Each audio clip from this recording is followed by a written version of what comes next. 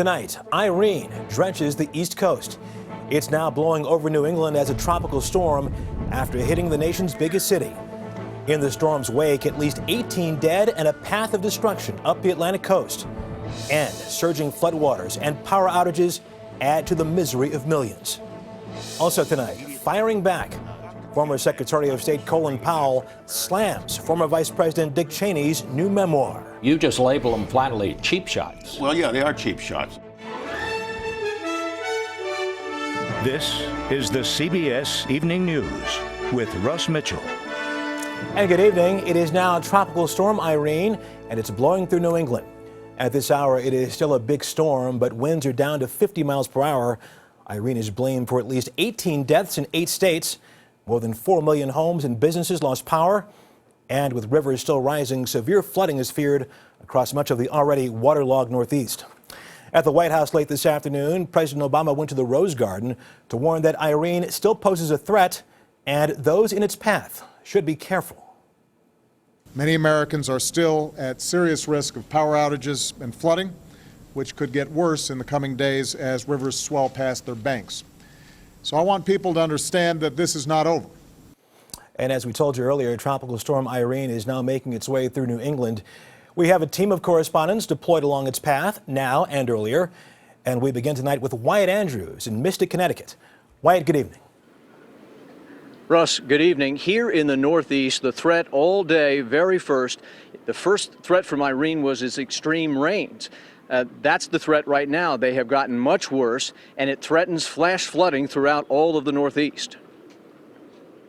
40 miles southwest of Albany, the town of Windham, New York, suffered a flash flood so severe, the fire chief said downtown Windham had been wiped out. This came after Irene dumped 10 inches of rain. Whole houses were uprooted, and a school bus was pinned against trees. That 10-inch downpour and in some places 1 foot of rain have put flash flood warnings in effect tonight from Pennsylvania to Maine.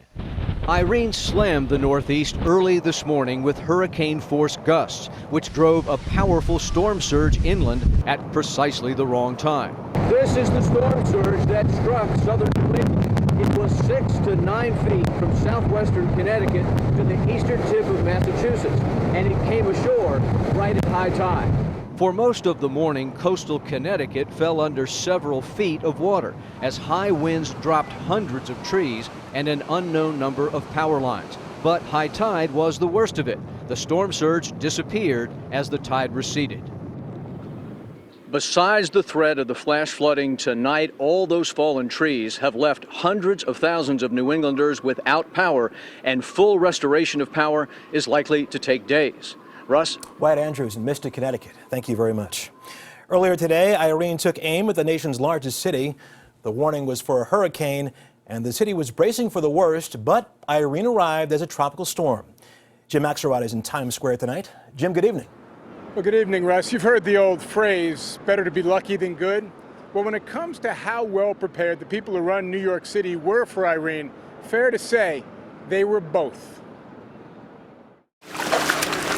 As some New Yorkers sloshed around their basements bailing out floodwaters, and others contended with more than 650 downed trees, this afternoon, those who'd been ordered to leave for higher ground returned to their homes. I think, kind of shutting down the city was a good thing.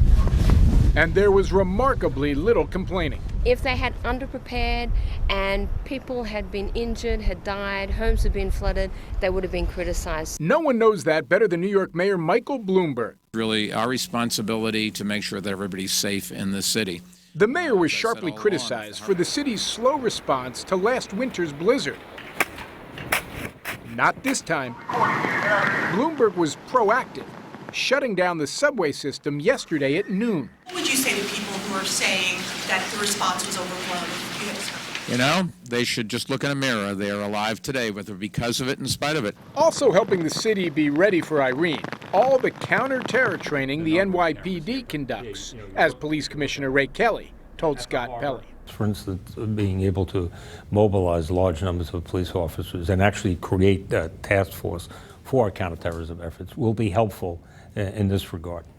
Add in that in this post-Katrina world, If politicians are going to risk catching heat, it's going to be for doing too much, not too little. The choice is to act early and heavily and then take the risk of it wasn't as bad as we thought and then they've overreacted. Or worse, to wait and not to intervene early, have the thing be the worst case scenario, and then you have a way more complex and difficult situation to deal with. But there is another factor to consider for New Yorkers who are taking a deep breath tonight and considering just how well the city did with Irene. At the end of the day, the storm never delivered its forecasted wallop here. Russ? Jim Axelrod in a very busy Times Square. Thanks a lot. And from 43rd and Broadway in Manhattan, let's go east to Long Island and Elaine Quijano in Long Beach, New York. Hi, Elaine. Hi, Russ. Well, the worst didn't come to pass, but Irene certainly left her mark here on Long Island. When the water started pushing over the beach on Long Island, go! Steve Iorio scrambled to save the property he manages. How's it going, though? No water right now? No. We've been managing it all night, just trying to stay ahead of it. But in the low-lying community of Long Beach, New York, Irene arrived at the worst possible time, high tide. That led to several feet of flooding in some areas, though the waters quickly receded after Irene moved past. Another hour, this whole street would have been filled with water, probably 2 feet plus in every house. Irene indirectly hampered Long Beach firefighters, who had to get past boarded up windows to put out a house fire. And earlier, firefighters were called to remove debris from a rooftop, a hazard to the crowds below. And there's a lot of people, even though we have a mandatory evacuation, they're still mulling about here, and it's a spectacle to them, but it's a danger to us. Fire Chief Richard Corbett urged people to stay off the beach, and today, a reminder of why. We have another surge here coming. Whoa! Another surge here. Whoa!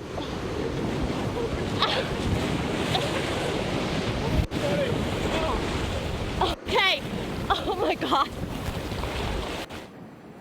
And about 418,000 people are still without power here on Long Island.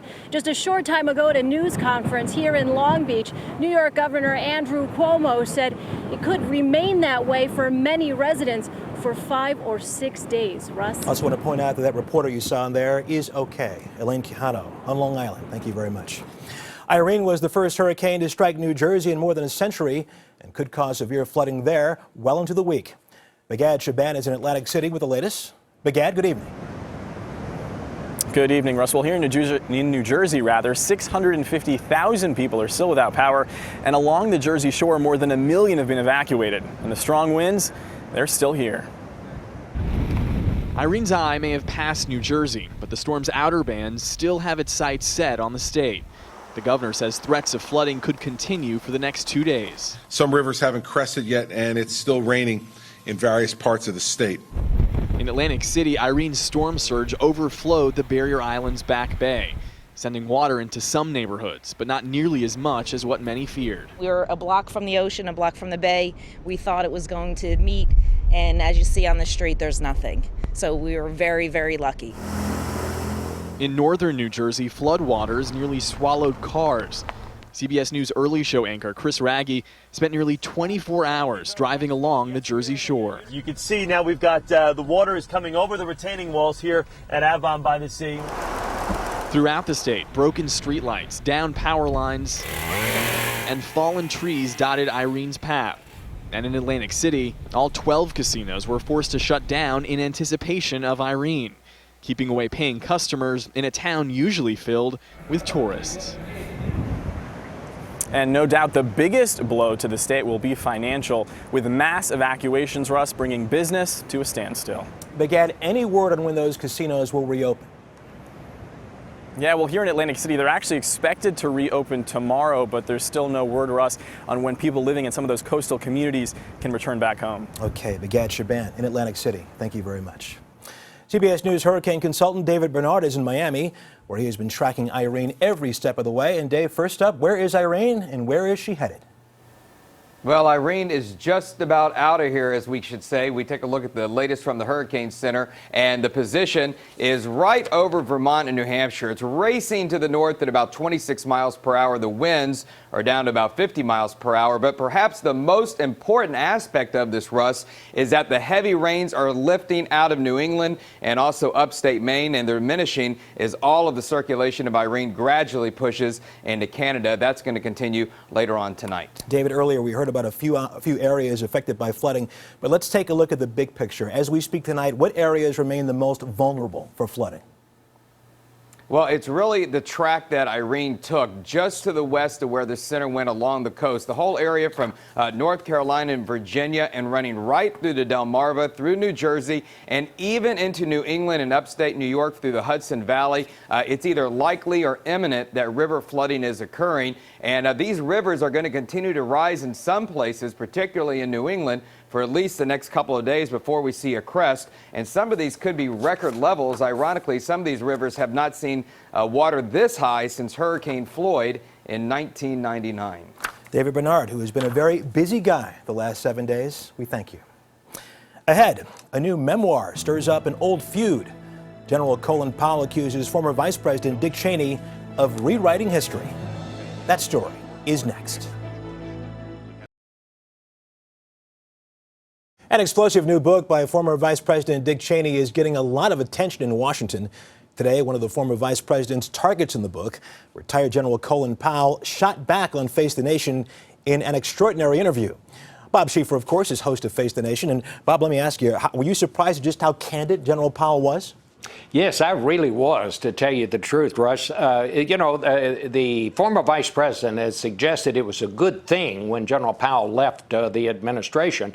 And General Powell did not take that lightly. I mean, he didn't like anything about this book, including the way the former vice president's been promoting it by saying that it would cause heads to explode all over Washington. Just listen to what he said about that. And in fact, it's the kind of headline I would expect to come out of a gossip columnist, or the kind of headline you might see one of the supermarket tabloids write. It's not the kind of headline I would have expected to come from a former vice president of the United States of America. Now, Russ, we all knew that there were a lot of disagreements between the State Department and the Pentagon and the Vice President's office, but we really got more information on that today than I think we have before, because when I noted that the former Vice President was no kinder to Condoleezza Rice than he had been to Colin Powell, well, just listen to this part. In some ways, he's no kinder to your successor, Condoleezza Rice. Well, he's taken the same shots at Condi with an almost condescending tone. She tearfully did this or that. And he's taken the same shots at George Tenet, and he has also, in some ways, indicated he didn't always approve of what President Bush was deciding. And there's nothing wrong with saying you disagree, but it's not necessary to take these kind of barbs and then try to pump a book up by saying heads will be exploding. I think Dick overshot the runway with that kind of comment, and if that's how he plans to sell his book. So, Russ, sometimes people come on Face the Nation and you wonder why they came here, but there was no question why Colin Powell was willing to come in during a hurricane today. He had something he wanted to say, and he said it. As you pointed out today, General Powell voted for Barack Obama in the last election. You asked him who he's going to vote for next time. What did he say? Well, he said that he hadn't made up his mind yet. He did vote for Barack Obama the last time out, but he said he thought there were some interesting people in the Republican field, but he's playing it very close to the vest on that. He said, I'll tell you later. Chief Washington correspondent Bob Schieffer, and of course, host of Face the Nation. We thank you so much. You bet. Next, in the wake of Irene, the next monster to hit the East Coast may be Monday's commute. That story is next. Millions of travelers and commuters will need all the patience they can muster tomorrow as the transportation network in the Northeast and beyond struggles to recover from Irene. Tony Guida has more. It's going to be tough. New York Mayor Michael Bloomberg could have been speaking for travelers up and down the eastern seaboard. Well, I was supposed to be flying back to Chicago tomorrow morning at 7 a.m. and that's canceled. So my next flight home is Wednesday morning. Irene hammered rail lines to New York's Grand Central Terminal and Penn Station. Fallen power lines blocking some tracks, mudslides others. 500,000 commuters will need another way to work tomorrow. I plan on biking to work tomorrow. I'm going to have to walk. 5 million people depend on New York subways every weekday. Not tomorrow. Some lines are still underwater. New Jersey commuters will see their rail lines to the city reopen overnight. And you're stuck and they don't tell you anything. Air travel to and from the Atlantic seaboard will be spotty at best tomorrow. Limited service out of Washington and Charlotte, flights resuming around midday in Philadelphia and Boston. But New York's 3 airports will not open till Monday afternoon, earliest. Amtrak is inspecting tracks on the Northeast Corridor, which has been closed all weekend. It still expects gaps in service. And figure on further flooding from Irene as runoff from the storm empties into rivers and creeks. The governors of Pennsylvania and New Jersey urge drivers to be careful. The real issue that we're going to have to deal with now is flooding. This storm is transitioning into a flooding event. We're going to experience major flooding. Tolls on many roads and bridges in Irene's path were suspended, but that ended as soon as the storm passed. You might say the bargain was gone with the wind. Tony Guida, CBS News, New York. Ahead, back to the beach. As the storm exits, summer returns. That story is next.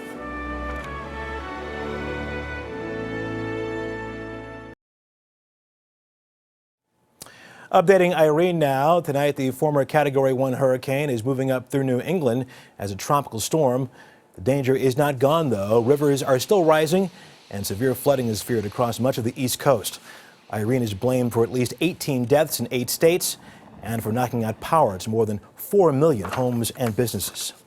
Irene first made landfall in North Carolina on Saturday. Mark Strassman is in Kill Devil Hills, where the sun and summer have already returned, at least for some. Mark, good evening. Good evening, Russ. I mean, hurricanes come and go here, and over time the locals get jaded, even blasé about the danger. Well, Irene scared them, and then it spared them. At daybreak, Irene was gone. Beauty was back. And Mike Kessler discovered his brother was still alive in Kill Devil Hills. Man, you got it bad, buddy. Steve Kessler's house took a hit, $50,000 in damages. And it just kept coming, and it kept coming, and it kept coming, and that wind. Irene lashed coastal Carolina. Hit hard, hit fast. Its early hours sucked the life from the Outer Banks. This is Roanoke Sound, west of the Outer Banks. For a half mile from shore, as you can see, almost all the water's gone, pushed inland by Irene's counterclockwise winds. 24 hours later, all that water has come rushing back, but the dock is gone, washed away by the same storm surge that now floods this neighborhood. But Irene was a disaster with a small d. Yes, snapshots of damage in Hatteras and despair in Rodanthe, but not wholesale destruction. There's the water line right here. In Ada Andrews' house, the water's going down. So's her anxiety. And I just live through them because it's beautiful here 364 days of the year. And Steve Kessler still has a roof over his head. The inside I can handle. It's the outside that's a mess. But most places outside here whisper vacation again. Stand by. Irene's timing is more good news here, gone just in time for Labor Day weekend, Russ, and that is, of course, the traditional big moneymaker up and down this coastline. And Mark, as you pointed out, clearly it's not fun and games for everyone tonight, right? Right. Highway 12, the main north-south road here, has washed out above Hatteras. About 2,500 folks there have been cut off. The ferry will bring them supplies, maybe get some of those folks off in the morning. But those are folks who really should have evacuated, and now they're paying the price. Okay, Mark Strassman in Kill Devil Hills, North Carolina. Thank you so much. And that is the CBS Evening News. Later on CBS, 60 Minutes. Thanks for joining us this Sunday evening. I'm Russ Mitchell, CBS News in New York. Scott Pelley will be here tomorrow. Good night.